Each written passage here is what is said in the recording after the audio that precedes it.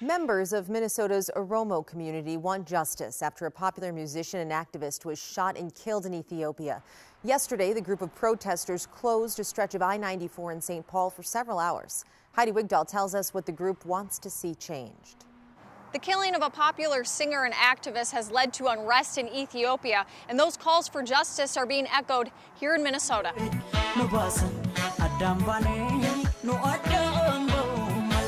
Haacaaluu, described by many as a hero and icon, was shot and killed Monday.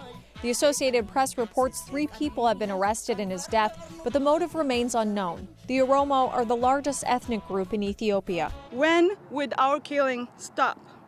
When will Ethiopia and its government recognize and value Oromo's existence? Najat Hamza and her family fled Ethiopia in 1998. Members of Minnesota's Oromo community, along with supporters, are demanding justice. Hundesa had been a prominent voice in anti-government protests that led to a change in leadership in 2018. But protesters say the marginalization and oppression continues.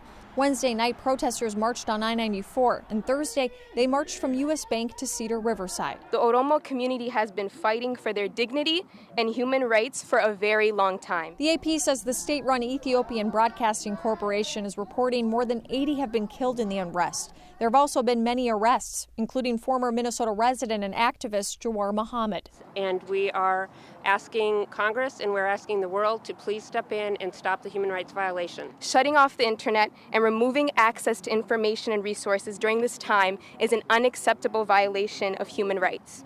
We call on the Ethiopian government to immediately lift these restrictions. Haacaaluu's legacy is that of unity and togetherness. We must stand together.